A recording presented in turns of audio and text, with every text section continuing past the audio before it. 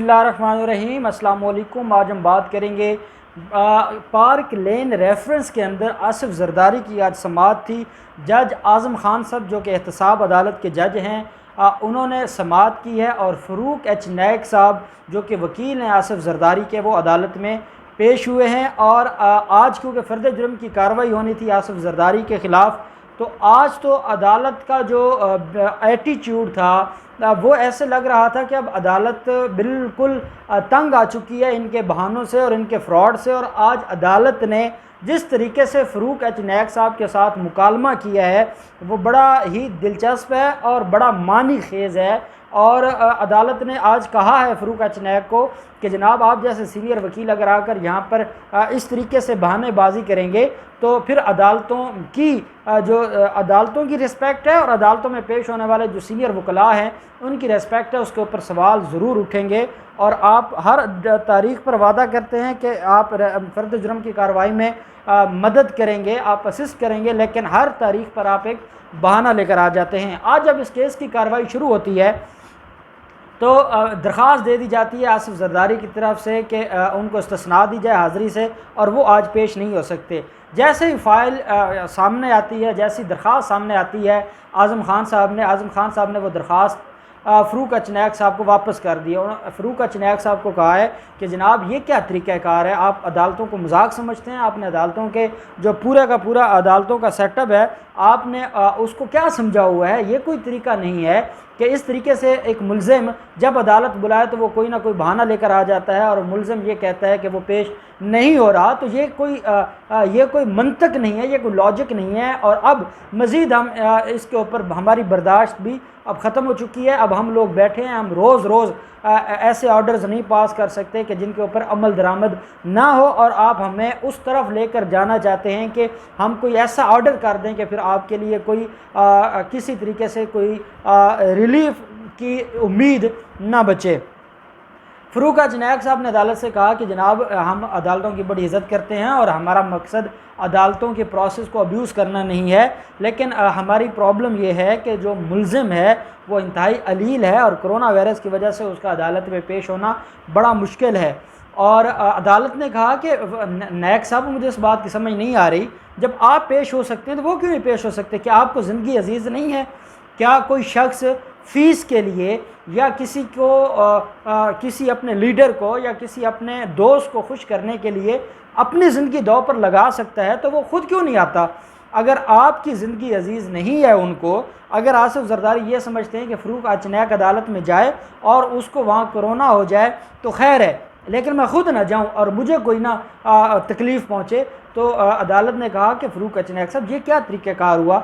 जब मैं अदालत में बैठा हूँ, रीडर अदालत में बैठा है, स्टेनो अदालत में बैठा है, अदालत के पीएन बैठे हैं, अदालत के नैब कोर्ट बैठे हैं, वकला आते हैं, बाकी मुल्ज़मान आते हैं, सारे के सारे अदालत में पेश होते हैं, पूरा दिन अदालतों की कार्रवाई चलती है और आप ख़ुद पेश होते हैं। आप सारा दिन अदालतों में प्रोफेशनल वकील हैं, आप अदालतों में पेश होते हैं। तो जब हमें कुछ नहीं होता या हम अपनी ज़िंदगियां रिस्क पर लगाकर ये सारा का सारा काम कर रहे हैं, तो क्या हमारा राइट एक मुल्ज़िम से भी कम हो गया है? क्या हमारा राइट या हमारे फंडामेंटल राइट क्या एक मुल्ज़िम जितने भी नहीं हैं कि अगर हम आ सकते हैं तो मुल्ज़िम क्यों नहीं आ सकता? फ़रूक एच नायक साहब, आपकी ये जो लॉजिक है, हम इससे इख्तलाफ करते हैं। खुदा के लिए आप क्यों ऐसी तरफ लेके जा रहे हैं जहाँ से फिर मामलात ख़राब हो सकते हैं?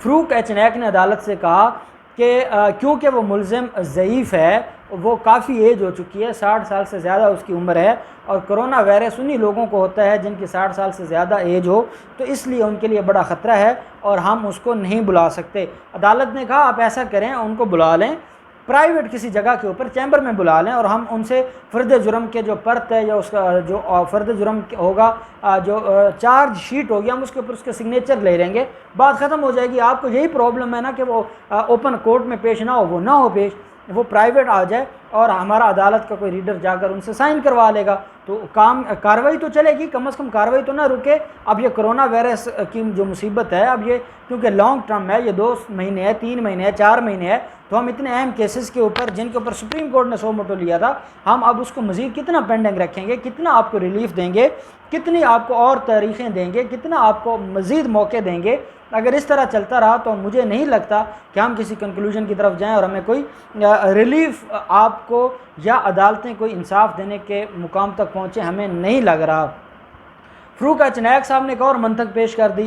वो फरमाते हैं कि पहले यूसुफ रज़ा गिलानी अदालत में पेश हुए हैं और अदालत में पेश होने की वजह से उनको कोरोना वायरस हो गया है। अदालत ने कहा कि जनाब अब मुझे यूसुफ रज़ा गिलानी का तो अंदाज़ा नहीं है कि वो पेश हुए हैं और उनको कैसे कोरोना हुआ है या नहीं हुआ, ये रिपोर्ट्स क्या आई हैं। अदालत ने कहा है कि मुझे इसका नहीं अंदाज़ा, लेकिन मैं ये जानता हूँ कि अदालत में डेली 100, 200, 300 वकला पेश होते हैं, साइलिन पेश होते हैं, अदालत का अमला आता है और मेरे सुनने में नहीं आया कि हमारी अदालत में कोई पेश हुआ हो और उसके बाद उसको कोई कोरोना वायरस हुआ हो, क्योंकि यहाँ पे SOPs का एहतराम किया जाता है, उनके ऊपर अमल दरामद किया जाता है। वकला हजरात भी इसके ऊपर अमल दरामद करते हैं, अदालत का अमला भी करता है और जज भी जो प्रिजाइडिंग ऑफिसर है वो भी इसके ऊपर अमल दरामद करता है। इसलिए ये कहना कि कहीं ना कहीं कोई ऐसा तरीक़ाकार अपनाया जा रहा है या जिसकी वजह से कोई जो अदालत में आता है उसकी लाइफ एट रिस्क है या उसको कोरोना हो सकता है, तो अदालत ने कहा कि ये कोई मंतक नहीं है।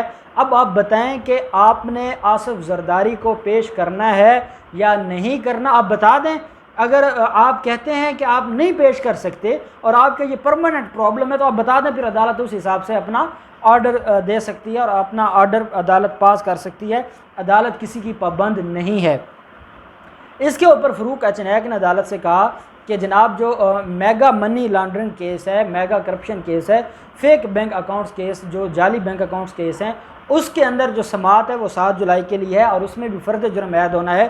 तो क्योंकि अदालत ने उसके अंदर जो कार्रवाई है वो वीडियो लिंक के ज़रिए हुक्म फरमा दिया है, तो फिर हमारे पास कोई ऑप्शन नहीं है, आप इसको फिर वीडियो लिंक के ज़रिए कर दें और 6 जुलाई को भी वीडियो लिंक के ज़रिए पार्क लेन रेफरेंस में फ़र्द जुर्म ऐड हो जाए और 7 जुलाई को जो रेफरेंस है वो आ जाए, जो फेक बैंक अकाउंट्स केस है उसके ऊपर फ़र्द जुर्म ऐड हो जाए। अदालत ने कहा ठीक है, हम इसके ऊपर भी तैयार हैं, हमें इसके ऊपर भी एतराज़ नहीं है। हम तो चाहते हैं, हमारा मकसद कोई आपके साथ बहस करना नहीं है, हमारा मकसद कोई आपके साथ आपकी ज़िंदगी को ख़तरे में डालना नहीं है, हम तो प्रोसेस को चलाना चाहते हैं। हम तो चाहते हैं कि जो अदालत का प्रोसेस है वो ना रुके और वो चलता रहे और उसको चलाने के लिए आपकी राय को मान लेते हैं। लेकिन ये ना हो कि जब उनके पास नैब के कोई हुकाम जाते हैं कोई नई मेडिकल ना आ जाए, कोई नया इशू ना आ जाए। और मेरा ये दिमाग ये कहता है कि अदालत के जो जज थे आज़म खान साहब, वो इनडायरेक्टली फ़रूक अचनायक साहब को ये बताना चाह रहे थे कि कहीं ये ना हो कि 6-7 जुलाई को फिर कोई बहाना आ जाए और उनको भी कहीं कोरोना वायरस ना हो जाए और वो नैब वाले या बाकी लोग वहाँ जा ही ना सकें। ये इशारा था, लेकिन उन्होंने डायरेक्टली ये बात नहीं की, सिर्फ इतना कहा है कि फ़रूक अचनायक साहब के 6-7 जुलाई को आपने इस बात को यकीनी बनाना है कि वो वीडियो लिंक के ज़रिए अपना बयान रिकॉर्ड करवा दें, उसके बाद हम आपको मौका नहीं देंगे। आप सीनियर हैं, आप अदालत में आकर जब रिक्वेस्ट करते हैं हमें एहसास है, लेकिन हम हमारे बस में जितना था उतना हमने कंपनसेट किया है, अब मज़ीद नहीं कर सकते। और मज़ीद अगर हमारे साथ और अदालत के प्रोसेस को अब्यूज़ करने की कोशिश की जाएगी तो फिर ऐसा आर्डर आएगा कि शायद फिर मुल्ज़मों का उस ऑर्डर में से निकलना मुश्किल हो जाए। साथ अनवर मजीद और बाकी लोग भी आज उसके अंदर उनको भी वीडियो लिंक के ज़रिए लिया हुआ था और अदालत ने उनसे भी बातचीत की है। अदालत ने उनसे पूछा है और ये भी पूछा है कि आप कौन से हॉस्पिटल में हैं, आपकी खैरियत भी पूछी। अदालत ने कहा कि आपके ख़िलाफ़ भी फ़र्द जुर्म की जो कार्रवाई है उसको हमने देखना है और इसी तरीके से हम कर लेंगे। तो अनवर मजीद ने भी कहा कि जनाब अगर आप वीडियो लिंक के ज़रिए कर लेंगे तो ये बहुत मेहरबानी होगी, क्योंकि मैं बीमार आदमी हूँ और कराची से इस्लामाबाद ट्रैवल करना बड़ा मुश्किल है और वो भी इन हालात में। तो हम हर तरह से अदालत के साथ कोऑपरेट करने को तैयार हैं। अदालत ने बाकी जो मुल्ज़मान थे फेक बैंक अकाउंट्स केस में और जो मनी लॉन्ड्रिंग केस है और पार्क लेन रेफरेंस है और बाकी जो मेगा करप्शन केसेस हैं, उन सारे मुल्ज़मान को अदालत ने दोबारा नोटिस किए हैं कि जिन मुल्ज़मान को जो मुल्ज़मान फरियाल तालपुर, आसिफ जरदारी और अनवर मजीद, उनकी हद तक जो केसेस हैं उनकी वीडियो लिंक के ज़रिए होगा, फ़र्द जुर्म ऐद होगी। 3 मुल्ज़मान हैं जो मेगा मनी लॉन्ड्रिंग और करप्शन केस में वो अडियाला जेल में हैं, वहाँ से उनका जो बयान है वो लिया जाएगा बजरिया वीडियो लिंक। और जो बाकी मुलजमान जो इस वक्त जेल में नहीं है उनको अदालत ने कहा है कि वो इन पर्सन अदालत में पेश होंगे और अदालत उनके ख़िलाफ़ कार्रवाई करेगी और फ़र्द जुर्म की जो कार्रवाई है उसको कंप्लीट की जाएगी। और साथ ये कहा गया है अदालत की तरफ से कि जो पेश नहीं होगा फिर वो ख़ुद भुगतने के लिए तैयार हो जाए, दोबारा किसी को मौका नहीं दिया जाएगा। और हम इन सारे के सारे मामलात को अब मज़ीद किसी भी तरीके से डिले नहीं होने देंगे। आज़म खान साहब ने बड़ा कैटेगोरिकली आज ये फरमा दिया और अपने ऑर्डर में भी लिखा है, जो उन्होंने हाथ से ऑर्डर लिखा है कि 6 जुलाई को पार्क लेन रेफरेंस में बजरिया वीडियो लिंक जो बयानात हैं वो कलमबंद किए जाएंगे और चार्जशीट दी जाएगी और फ़र्द जुर्म लगाया जाएगा।